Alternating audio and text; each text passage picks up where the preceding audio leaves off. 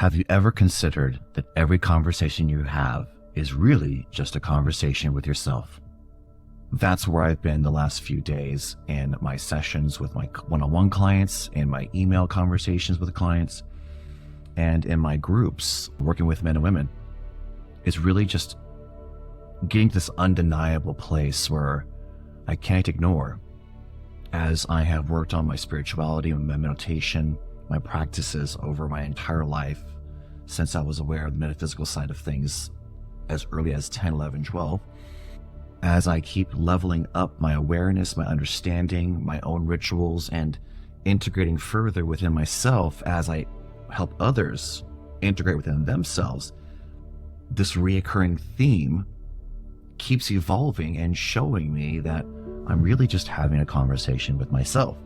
Now, that does still track if we are looking at the law of one, law of assumption, law of attraction. Every guru that has ever said that your thoughts are creating your reality, your personality is creating your personal reality. Whenever we have a conversation with someone who has truly changed their life and doesn't give you the negative update, doesn't have to tell you their horrible story so you understand how grateful they are for the life right now. No, they completely drop it. They erase from history because it's not important anymore. Isn't that just a really efficient way to talk to yourself? Have you ever noticed or considered that the conversations you're having are all with yourself? Now, this is the conversation in your head. Clearly, the way you speak to yourself shows you many aspects of your own personal self-worth, your self-love, what you're willing or not willing to accept or validate within yourself. Therefore, you might need to get it from somebody else. And then you demand and you're shouting and yelling or cheating on your partner because they don't blank you enough. And then eventually for you to heal, after that, the only way you heal is if you deal with the inner dialogue within yourself. And forgiveness comes around. I made a post based off of a comment from one of my followers on my personal Facebook page. Now, this person was commenting that her personal awareness around cheaters was that regardless of the money, regardless of the faith, the alignment, she used the term prayer warriors, which gave me the envisioning of someone hanging out with their prayer warrior and is somehow still cheating. So we don't just fall into these labels. They don't work. She talked about regardless of the money, regardless of their peace, regardless of how much you're in love with somebody, the urge and the desire to cheat is a personal demon, as she put it, that we all face alone, which I thought was so beautiful. Because again, that didn't tell me whether or not she was in this space. It just told me that she made the awareness that regardless of where we're at on our journey, that the personal desire to cheat or go outside of a relationship is a personal and lonely place. My response to her talking about whether we're a cheater or have been cheated on, there are still a wound on both sides that have to be addressed, or else the problem just manifests later in life. Now, I have a plan to do a video, I've actually scripted it already, where I talk about a little bit of my own journey that I have been on both ends.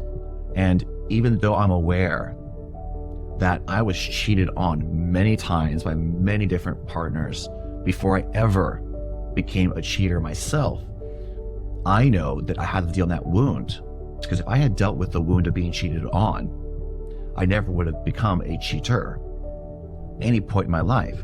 Yeah, the work is on yourself. Now, forgiveness of yourself and others is an essential piece of the healing process. Without forgiveness, there is zero healing. Realizing that is still just a conversation with myself made me laugh and helped me understand how I'm empowered to avoid that confrontation. That's a little bit off topic, but not really, because if you think about it, when you're texting your current relationship or your soon-to-be ex, because as most of you are following me, I work mostly with people who are going through high conflict relationships, discerning or going through or are post-divorce and dealing with co-parenting issues. How many times have I done this in 16 years being a co-parent? How many times are you doing this? When you get a text from your co-parent, from your lover, from your ex, your soon-to-be ex, if it triggers you, does that take you out of alignment? And the only thing that matters is that you're right and they're wrong. and your fears are then projected into the conversation, and you feel so validated to build momentum and get angry, and then maybe even use profanity in the conversation, either text or out in person? Or do you then do things to punish that person, which only escalates the conversation? If we were to realize that conversation is with an extended part of yourself, they're only a mere reflection of what's going on with the inner dialogue, your interpersonal awareness of your state of consciousness, wouldn't that de-escalate the conversation and create more peace and harmony in your relationship, in your co-parenting, in dealing with your own child? Dealt with a client yesterday. She was talking about how she did not interact with her child's negativity.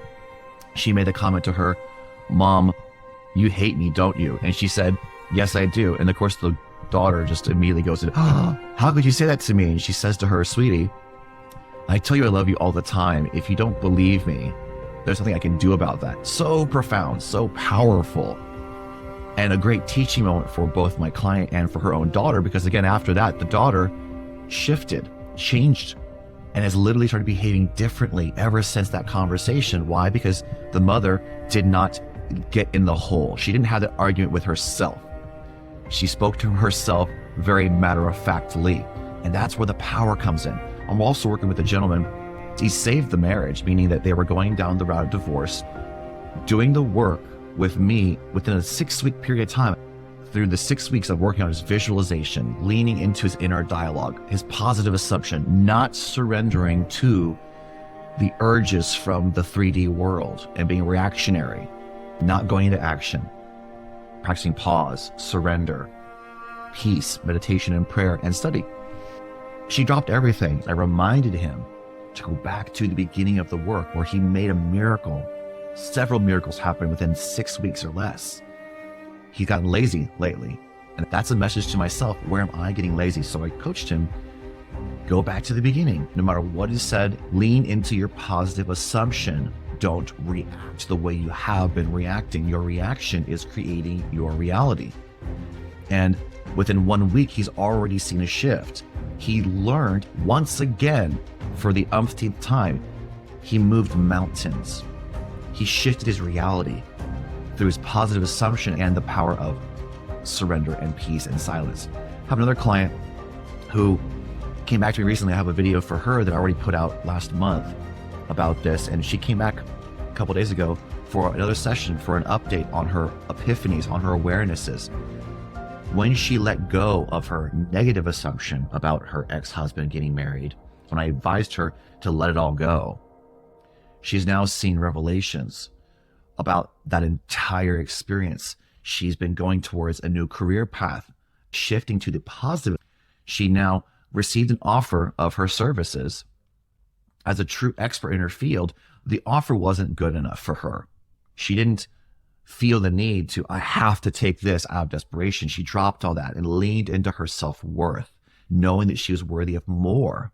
She didn't condemn the offer. She didn't talk about the offer. She just said, no, that doesn't fit with my needs, with my desires, with my wants. And then immediately received another offer at an elevated rate, more consistent, that's actually in line with her future vision of where she wants to go with her career path, with her school, with the education. It's in the same shift of the field that she's desiring, envisioning through her positive assumption. So miracle after miracle. And of course, the relationship that she was concerned about something going wrong has been continuing just to get better and better without her ever addressing the issue. Just positive, conscious withholding. Why? The conversation was within herself. And therefore she manifested from that certainty, from that positive assumption. Again, have you ever considered that every conversation you're having is just with yourself? Coming up very soon, in the next week or two, launching my private Facebook group for men, Miracle Manifesting Men, where we're starting a live 7-day challenge to change our reality and our relationships. Also, getting ready to launch a YouTube membership group where I can go deeper and get more personal like I have in this video today. And also going more step by step, in depth, a little less entertainment, if you will, to teaching more people, because I am living my mission, which is to create a powerful, happy world with my gifts and my compassion. Thank you for hanging out with me today. Once again, this is Anthony Sacred Cobra Cortino of the Miracle Manifesting Academy, teaching you to use spiritual awakening techniques to change your reality and transform your relationships. So until next time, remember, you are sacred, you are worthy, and you are loved. See you next time. Cheers.